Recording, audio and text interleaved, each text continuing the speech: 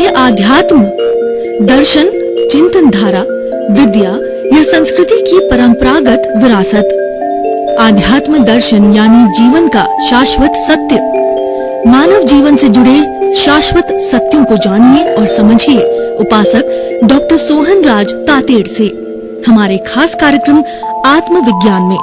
आत्मविज्ञान यानी सही दृष्टि, सही सोच। 481 भाई और बहनों, मातृशक्ति को नमन। स्टूडियो में आपका हार्दिक स्वागत है, अभिनंदन है, सत्कार है। आत्मविज्ञान साइंस ऑफ द सोल कार्यक्रम के अंतर्गत हम आपको सही दृष्टि, सही सोच, राइट विजन, राइट थिंकिंग के तहत जो आपकी नकारात्मक सोच है, जो आपके सोचने का तरीका गलत है, जो आप रॉन्ग बिलीफ से सोच रहे हैं, जो आप अविधायक भावों से सोच रहे हैं, उसमें हम करेक्शन देते हैं। हमारा मुख्य काम है दृष्टि विज्ञान। आपकी दृष्टि को बदलना है, जैसी दृष्टि वैसी सृष्टि, इसी पर हमारा ये कार्यक्रम आधारित है। तो ये सारा कार्य हम अलग अलग एपिसोड्स के माध्यम से करते हैं। तो आज का हमारा बहुत ही सुंदर विषय है प्रज्ञा और बुद्धि। भाई और बहनों, पहले इन दोनों की हम परिभाषा कर लेते हैं। बुद्धि जो है हमारे इस जो है वो स्थूल शरीर से जुड़ी हुई होती है। हम अगर प्रारंभ से बात करें तो 5 इंद्रियां हैं, स्पर्शन, रसन, घ्राण, चक्षु, श्रोत्राणी, इंद्रियाणी। ये 5 इंद्रियां क्या करती है कि स्पर्श जो है वह जो है वो जो हमारी जो स्पर्शन इंद्रियां होती है वो स्पर्श का काम करती है। रसन इंद्रियां स्वाद लेती है, घ्राण इंद्रियां सुगंध दुर्गंध का पता लगाती है, श्रोतेंद्रियां सुनती है, चक्षुरी इंद्रियां देखती है। ये इंद्रियां जो है हमारा जो बाहर का जगत है, व्यवहार का जगत है, उस व्यवहार के जगत से इन 5 इंद्रियों के 23 विषय बाहर से लेकर के आती है। उससे बाहर से जगत का संबंध होता है और वो इंद्रियां जो है इस सारे अपने विषयों को जो है वो उसके बाद के अंदर मन को दे देती है। इसके साथ हमारा श्वास भी जुड़ा हुआ है और मन है वो एक मैनेजर है। जो मन जो है वो भूतकाल की जो है स्मृति करता है, वर्तमान काल का चिंतन करता है और भविष्य काल की कल्पना करता है। और इसके साथ साथ 5 इंद्रियों के जो विषय आते हैं वो लेकर के बुद्धि को दे देते हैं। बुद्धि एक निर्णय का काम करती है, बुद्धि एक जज का काम करती है और बुद्धि भी सुबुद्धि कुबुद्धि हो जाती है। बुद्धि कर्मानुसारिणी, जैसे कर्म आते हैं उसके अनुरूप बुद्धि बदल भी जाती है और पुरुषार्थी व्यक्ति होता है वो कुबुद्धि को सुबुद्धि भी बना देता है। तो सुबुद्धि कुबुद्धि दोनों होती है और बुद्धि भी जो है वो आगे चित्त से जुड़ी होती है। हमारा पूरा भीतर का जगत है वो अंतःकरण का जगत है। उस अंतःकरण के जगत के अवयव कौन कौन से हैं? मन, बुद्धि, चित्त और अहंकार। ये चारों मिलकर के और हमारी कोई भी गतिविधि का संचालन करते हैं। और अहंकार जिस पर सिग्नेचर कर देता है, जिसको मान्य कर देता है, जिसको अप्रूव कर देता है, वही कार्य वास्तव फिर लास्ट के अंदर किया जाता है। और इसके बाद जो है हमारा जो स्थूल जगत का जो मालिक है वह चित्त है। तो चित्त जो है चेतना की शक्ति है और जो है बाकी जो है हमारे जो ये सारे जो है वो जड़ है। चित्त चेतन तत्व से जुड़ा हुआ है, चित्त आत्मा से जुड़ा हुआ है। वैसे तो आत्मा पूरे शरीर की एक एक कोशिका को एनर्जी देती है, इसीलिए ये पूरा शरीर जो है वह हमारा मिश्र चेतन बन जाता है, वह आत्मवत बन जाता है। इसीलिए सारी क्रियाएं होती है, हिलना डुलना, बैठना, खाना पीना और 5 इंद्रियों का काम है। पढ़ना लिखना, हमारे मन वचन काया की सारी प्रवृत्तियां, संसार के सारा कार्य जो है ये मन वचन काया के द्वारा होता है और इसको हम करण वीर्य कहते हैं। और जो हमारी चेतना की शक्ति होती है वो लब्धि वीर्य होते हैं। वैसे तो केवल हमारे भीतर विराजमान शुद्ध आत्मा भगवान जो है उसको छोड़ करके शेष सारा जो है वह जड़ है। चेतन तत्व एक ही है, वो आत्मा है। और पूरे ब्रह्मांड की बात करूं तो ब्रह्मांड में चेतन तत्व केवल एक आत्म तत्व है, बाकी सारा जड़ तत्व है। इसीलिए पूरा ब्रह्मांड है 2 तत्वों से बना हुआ है, जड़ और चेतन से। चेतन होता है और प्योर जो चेतन होता है, न हिलता है न डुलता है, न उसके शरीर होता है, लेकिन उसकी उपस्थिति बिना, उसकी प्रेजेंस के बिना कोई भी प्राणी जीवित नहीं रहता है। यानी अगर किसी भी प्राणी का अस्तित्व है तो आत्मा आत्मा के साथ अस्तित्व है, और आत्मा नहीं है तो वह प्राणी जड़ बन जाता है, जड़वत हो जाता है। ये हमारा मिश्र चेतन है, वह आत्मा की वजह से मिश्र चेतन है। और जिस दिन आत्मा उड़ जाता है, जिस दिन आत्मा चली जाती है, हंसा उड़ जाता है, उस समय के अंदर ये पीछे मात्र ये जड़ रहता है, और इस जड़ शरीर को जो जला करके पंचभूतों का बना हुआ, पंचभूतों के अंदर विलीन कर दिया जाता है, समर्पित कर दिया जाता है। तो भाई और बहनों, हम जो अब विषय पर आते हैं वो है हमारा बुद्धि और चित्त। बुद्धि हमारा जो है प्रज्ञा और बुद्धि। प्रज्ञा है वो हमारी आत्मा से जुड़ी हुई है, चेतना से जुड़ी होती है।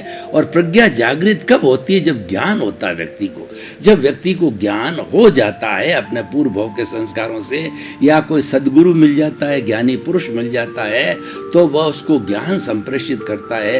ज्ञान संप्रेषित करने से क्या होता है कि हमारी जो अक्रियाशील जो आत्मा है उसकी एक भाव सत्ता के रूप में प्रज्ञा जो है इस शरीर को मॉनिटर करती है। और ज्ञान लेने के पहले जो है वह अज्ञा मॉनिटर करती है। देखिए, चेतना हमारी जो मूल वही चेतना है जो परमात्मा है। परमात्मा स्वरूप के अंदर ही हमारे भीतर प्रभु है, और वह प्रभु शुद्ध प्रभु है। और वो राम का, कृष्ण का, महावीर का, घोड़े का, गधे का, ऊंट का, बैल का, सब में एक सा ही प्रभु विराजमान है। लेकिन ये जो हमको डिफरेंस, ये विविधताएं नजर आती है, वो अपने अपने अलग अलग कर्मों के कारण नजर आती है। अलग अलग कर्मों के कारण जो अलग अलग शरीर मिलता है, एक इंद्रिय, द्वेंद्रिय, त्रियंद्रिय, चतुरेंद्रिय, पंचेंद्रिय, नरक गति, तिर्यंज गति, मनुष्य गति, देव गति। और जब आत्मा मुक्त हो जाती है तो मोक्ष की अवस्था में चली जाती है, और वही परमात्मा है, वही शुद्ध स्वरूप हमारे भीतर है। लेकिन ये बॉन्डेड होने के कारण ये अशुद्ध हो जाता है। स्वयं में तो ये अपना आप प्योर है, लेकिन ये बॉन्डेड होने के कारण हम इसको अशुद्ध जो है कहते हैं, या इसके 3 स्तर बताते हैं। पहला स्तर है हमारी जीवात्मा। जो जीवात्मा होती है वो मात्र अपने जो है स्वार्थ के घेरे में होती है, वो स्वार्थ की चेतना होती है, और वह इंद्रिय सुख तक ही सीमित होती है। मैं और मेरा तक ही सीमित रहती। मेरा घर, मेरा परिवार, मेरे बाल, मेरे बच्चे, मेरा धन, मेरा दौलत, मेरी पद, मेरी प्रतिष्ठा, मैं बड़ा, वो छोटा, और मैं जो है वो इतना बड़ा इंजीनियर, डॉक्टर, चार्टेड अकाउंटेंट, मैं किसी का पति, मैं किसी की माता, मैं किसी का पुत्र वगैरह, उसमें ही रहती है। लेकिन जब इस चेतना का ऊर्ध्वारोहण होता है और ज्ञानी पुरुष मिलते हैं और उसको ज्ञान हाजिर होता है, तब से ही बुद्धि उसकी भाव सत्ता के रूप में अलग आकर के, जैसे कि पहले जीवात्मा की जो अज्ञा मॉनिटर करती थी, अज्ञा मतलब शरीर से जुड़ी हुई, वह मॉनिटर करती थी। अब ये प्रज्ञा आ गई है, तो प्रज्ञा इस पूरे मन वचन काया को मॉनिटर करती है, और मन वचन काया को जानती है, देखती है। हमारी मूल आत्मा का जो वो मूल जो उसके जो संस्कार है या मूल उसके लक्षण है, वो ज्ञाता दृष्टा है, वो जानने वाला, देखने वाला है। वो जानने वाला, देखने वाला कौन है? वो उसकी जो प्रतिनिधि प्रज्ञा देखती है। मूल तो हमारा सब कुछ होता है प्रतिष्ठित आत्मा के द्वारा होता है। प्रतिष्ठित आत्मा जड़ होती है, प्रतिष्ठित आत्मा जो है हमारी शरीर से जुड़ी होती है, और जैसी हम प्रतिष्ठा करते हैं वैसी आत्मा प्रतिष्ठित बन जाती है। लेकिन प्रज्ञा जो है उसका एक भाग होती है, उसके 2 विभाग हो जाते हैं। एक अज्ञा का विभाग, और क्योंकि ज्ञान ले लिया है वो अंतरात्मा बन जाता है, तब वो प्रज्ञा का जगत आ जाता है। प्रज्ञा जो है बुद्धि से परे है। अब हम प्रज्ञा और बुद्धि का जो भेद करते हैं, तो प्रज्ञा है बुद्धि से परे है, प्रज्ञा अतीन्द्रिय है, प्रज्ञा मोक्ष की प्रतिनिधि है। प्रज्ञा कभी भी कू नहीं होती है, प्रज्ञा हमेशा सु होती है, वो हमें मुक्ति तक ले जाती है। और प्रज्ञा जो है उसका मुख्य दायित्व ये है, क्योंकि वो ज्ञान लेने के बाद ही हाजिर होती है, तो उसका मुख्य दायित्व ये है कि ये सोहन राज रूपी मन वचन काया रूपी जो पुतला है, ये कहीं पर भी गलती करता है, किसी को दुख देता है, किसी के दोष देखता है, या किसी के अभिप्राय और ओपिनियन देता है, और राग द्वेष करता है, किसी को दुख देता है, किसी के प्रति बुरे भाव करता है, तो प्रज्ञा तुरंत जागृत होती है, उसको कहती, सचेत करती है कि तू ज्ञान लिया हुआ है और तू अज्ञान की तरफ क्यों जा रहा है। तू तो अपने जब तेरे को प्रतीति बता दी है कि तू 100% जो है शुद्ध आत्मा है, और प्रतीति के साथ साथ में ज्ञानी पुरुष ने जो है तुम्हें 3 बड़ी बड़ी गिफ्ट दी है। पहली प्रतीति गिफ्ट है 100%, 24 आवर्स तुम चिंतन करो कि मैं तो शुद्ध आत्मा हूँ। रात को 12 बजे भी तुमसे कोई उठा करके पूछे नींद में, तो तुम क्या जवाब दोगे? हमको जवाब देना है कि रिलेटिव रूप से मैं सोहन राज हूँ और जो है रियल रूप से मैं शुद्ध आत्मा हूँ। ये जो है प्रज्ञा कहलवाती, और प्रज्ञा सामायिक आलोचना, प्रतिक्रमण, प्रत्याख्यान के द्वारा जो कोई भी ये पुतला गलती करता है उसकी तुरंत क्षमा याचना कराती है कि तुम फला फला जो है कि शुद्ध आत्मा से क्षमा याचना करो, और उसको शुद्ध करती है। ये सारा प्रज्ञा का होता है, और प्रज्ञा जो है हमें ठेठ मुक्ति तक ले जाती है। और प्रज्ञा के बारे में आपको बताना चाहता हूँ, इंट्यूशनल है, ये भीतर की जगत की है, ये शब्दों से परे है, ये बुद्धि से परे है, ये अवचेतन मन के अंदर निवास करती है। ये हमारा ल्यूमिनियस बॉडी और हमारा सबकॉन्शियस माइंड से जुड़ी हुई होती है। वहाँ प्योरिफिकेशन होता है, वहाँ पर सब चीज़ का रूपांतरण होता है। दुनिया का सबसे बड़ा जो कारखाना है वो अवचेतन मन है। एक बार कोई भी चीज़ आप सही तरीके से अवचेतन मन के अंदर डालते हो तो वो जिंदगी भर जन्म जन्मांतर भी आप उसको बात को नहीं भूल सकेंगे। तो काम प्रज्ञा यही करती है कि प्रज्ञा अगर सही रूप से ज्ञान लिया हुआ होता है तो वे अवचेतन मन, ये हमारा तेजस शरीर है, ये तेजस शरीर जब तक मुक्ति नहीं होती है तब तक इस आत्मा के साथ रहता है, और ये उसका पार्ट बन करके प्रज्ञा रहती है। एक बार ज्ञान ले लिया ये प्रज्ञा कभी नहीं जाती है। और ऐसा बताया जाता है कि जब जो ज्ञानी पुरुष के द्वारा, प्रकट ज्ञानी पुरुष के द्वारा सही तरीके से ज्ञान संप्रेषित कर दिया जाता है तो ज्ञान में हमारे जो अनंतानुबंधी कसाय है, जो कि हमको भव भवांतर के अंदर भटकाने वाले होते हैं, उन अनंतानुबंधी कषाय रूपी जहर को जो है वो अलग कर देते हैं, थैली को वो अलग कर देते हैं। अलग करने के कारण जो है प्रज्ञा जागृत हो जाती है। और उसके बाद में तो बहुत छोटा छोटा मौनीय कर्म रहता है, अप्रत्याख्यानी, प्रत्याख्यानी और संजलन रहता है।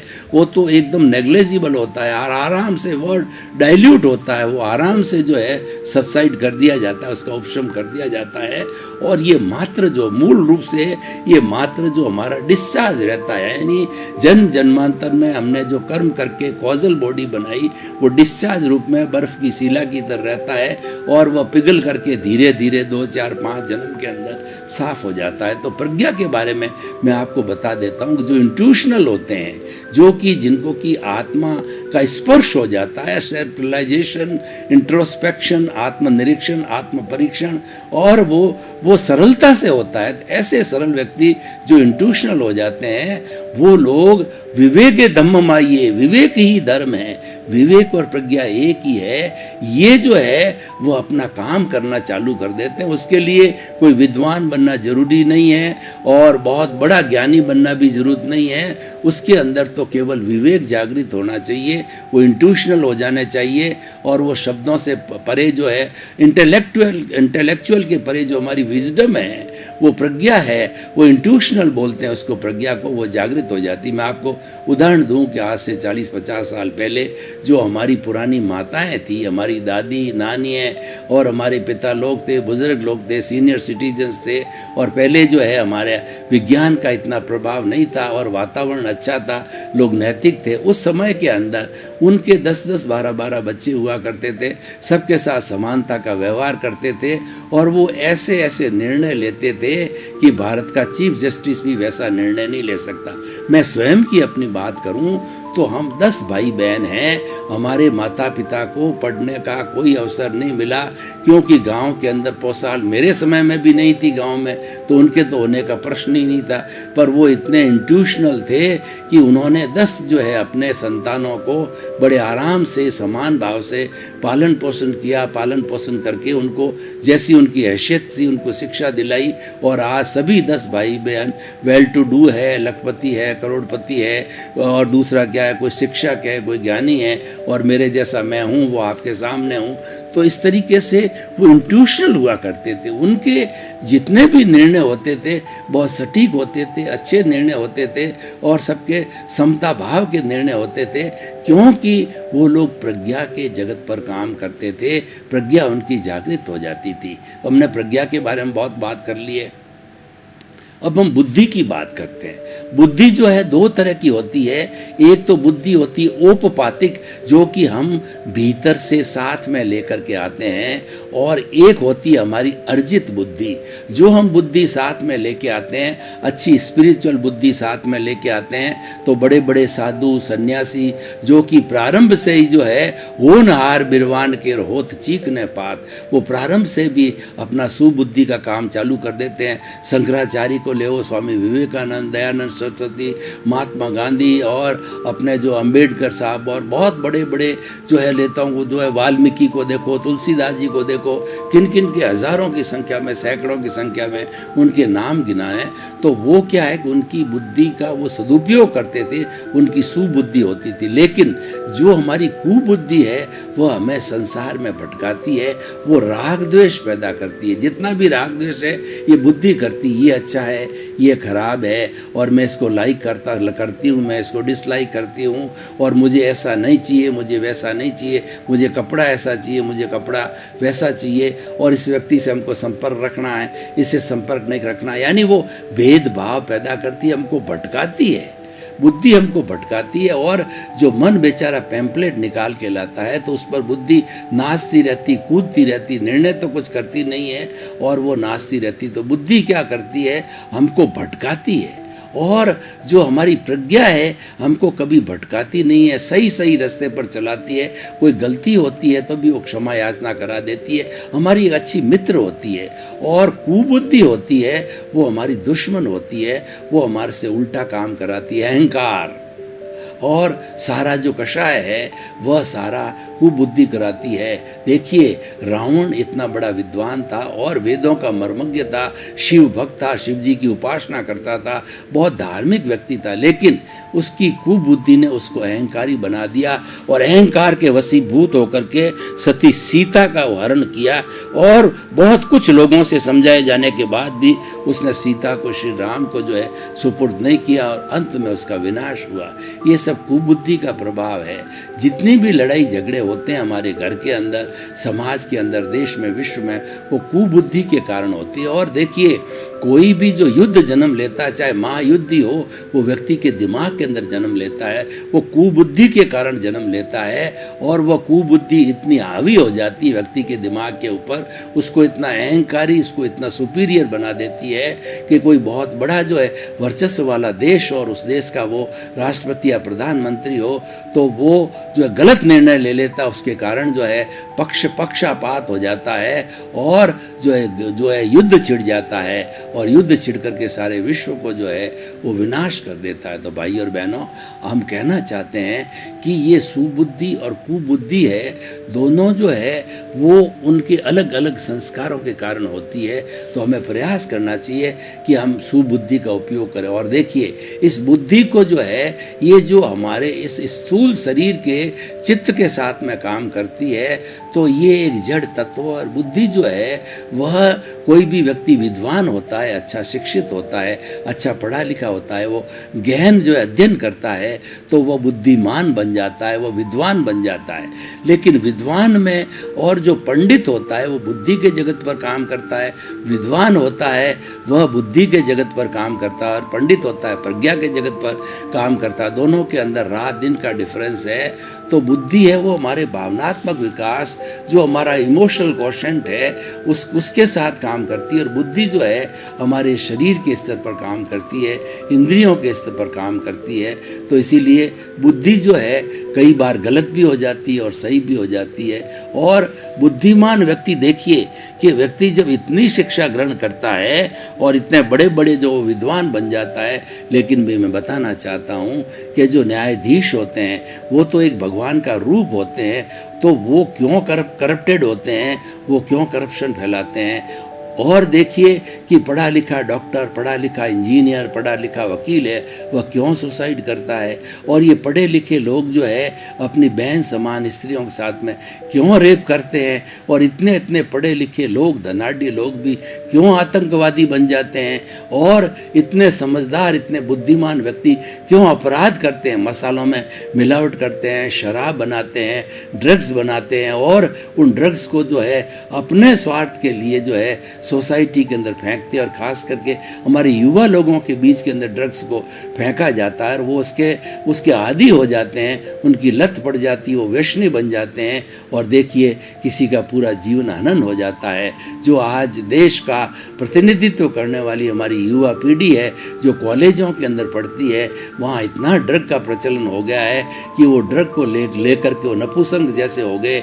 उनके जो है मुख के ऊपर आभा होनी चाहिए, 20 से 25 साल के बच्चों के ऊपर खोखले से नजर आते हैं, मुरझा मुरझा चेहरा होता है, जबकि उनका चेहरा चमकदार होना चाहिए, लेकिन वो लत की वजह से और इस जो एडिक्शंस की वजह से और इस जो नशे की वजह से जो है वो इस तरीके से सुस्त हो जाते हैं। इसलिए कहा गया है कि नशा नाश का द्वार है, नशा पैसे का हर्जाना करता है, परिवार का जो है वो बुरा करता है, और हर तरीके से नशा जो है हमको बर्बाद करता है। तो भाई और बहनों, ये होता क्यों है? ये कुबुद्धि के कारण होता है, और जब कुबुद्धि हो जाती है तो कोई व्यक्ति, लोग बदमाश लोग होते हैं, दुर्जन लोग होते हैं, उनकी चुंगल में फंस जाते हैं, वो मिसगाइड करते हैं, और मिसगाइड करके उसका कैरियर भी खराब कर देते हैं। लेकिन होना नहीं चाहिए। जो सुबुद्धि वाला है या प्रज्ञा जगत वाला होगा, वो स्वयं के दिमाग से निर्णय लेगा, वो किसी की सुनी सुनाई बात या किसके समझाने से प्रभावित नहीं होगा। लेकिन कुबुद्धि वाला होगा, जो कोई भी उसको परामर्श देता है, गलत देता है, तो भी उसका पालन कर लेता है, और उसका पालन करके उसके अनुसार चलने लगता है, अपने परिवार को खराब कर देता है, अपना व्यक्तित्व खराब कर देता है, सारी दुनिया से दुश्मनी ढूंढ लेता है, और उसका परिणाम ये हो जाता है कि वो अलग थलग पड़ जाता है, और समय आने पर जो है उसका कोई भी न तो विश्वास करता है, न मदद करता है, और वो अंत के अंदर थका हारा हो जाता है। तो भाई और बहनों, हमें कभी भी कुबुद्धि साइड की तरफ नहीं जाना चाहिए।